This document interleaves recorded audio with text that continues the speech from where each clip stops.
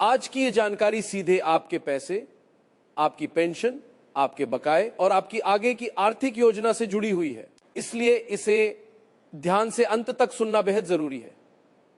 इस समय बहुत सारे कर्मचारी और पेंशनर अलग अलग तरह की बातों को लेकर भ्रम में हैं, सवाल कर रहे हैं और लगातार संदेश भेज रहे हैं। इसी वजह से आज हर मुद्दे को एक एक करके साफ, व्यावहारिक और जमीन से जुड़ी भाषा में समझाना जरूरी है, ताकि आप अफवाहों से दूर रहकर सही फैसला ले सके। पिछले कुछ दिनों से सबसे ज्यादा चर्चा जिस बात की हो रही है वो है खातों में अच्छा न छोटी छोटी रकम का क्रेडिट होना।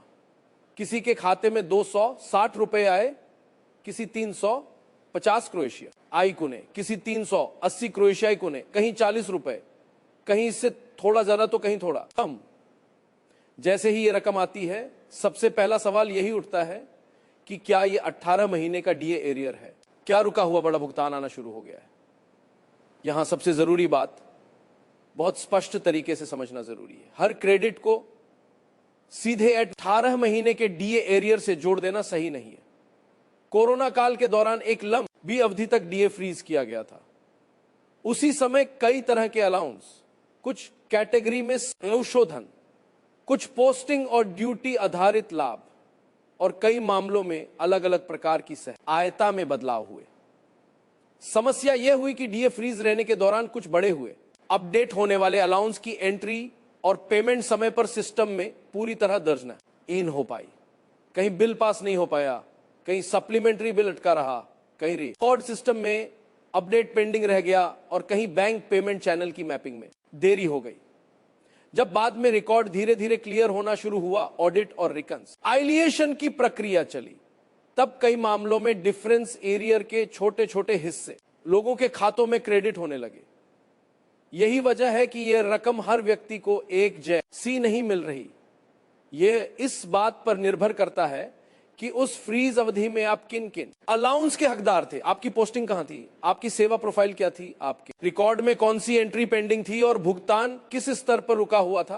किसी का मामला केवल एक छोटे डिफरेंस का हो सकता है, तो किसी का मामला कई मदों के जोड़ का हो सकता है।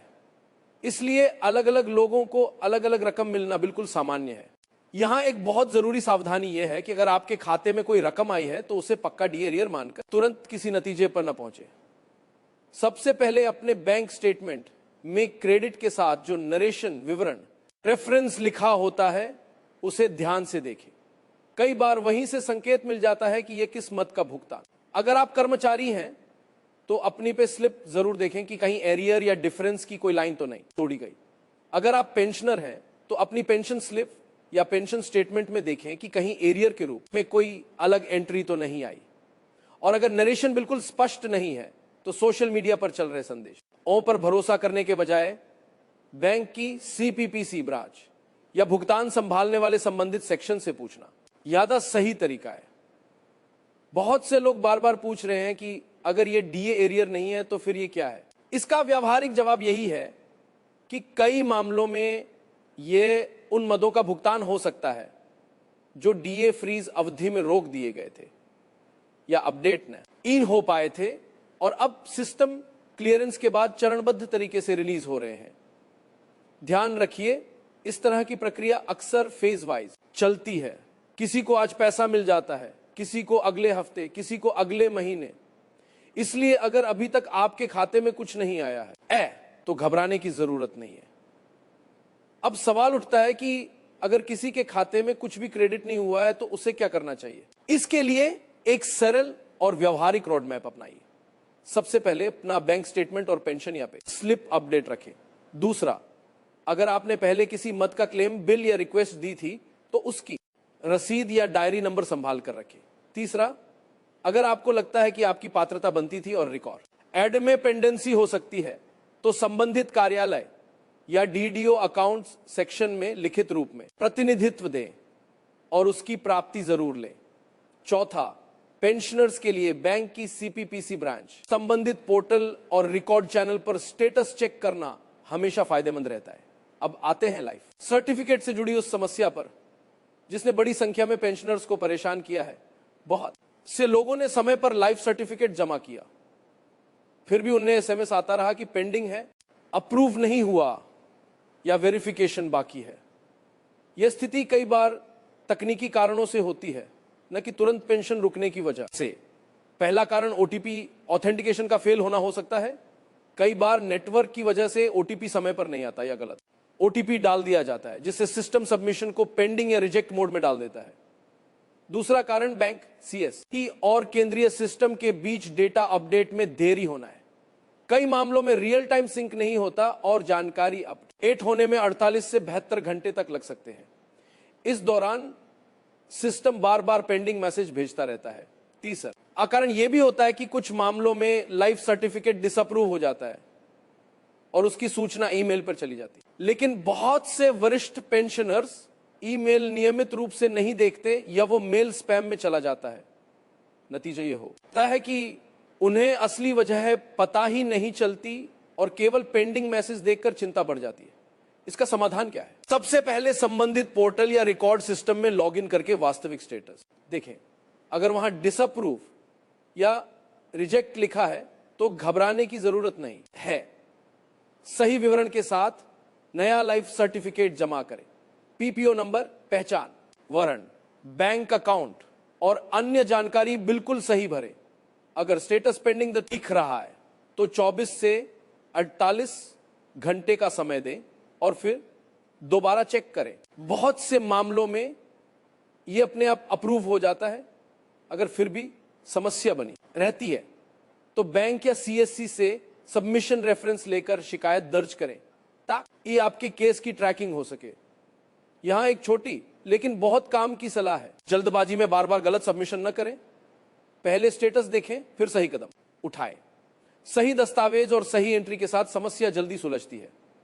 यह बात खास तौर पर मेरे उन सब्सक्राइबर्स के लिए है जो हर अपडेट को गंभीरता से लेते हैं और सही जानकारी के आधार पर फैसला करना चाहते हैं।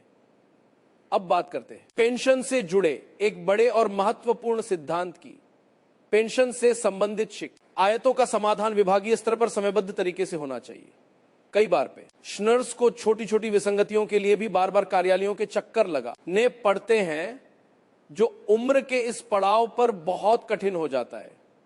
इसीलिए पेंशन ग्रीवेंस से जुड़े मामलों में यह जरूरी है कि शिकायतें सीधे सुनी जाएं, तय समय में निस्तारण हो और सिस्टम ऐसा बने कि लोगों को हर बात के लिए कोर्ट के दरवाजे न खटखटाने पड़े।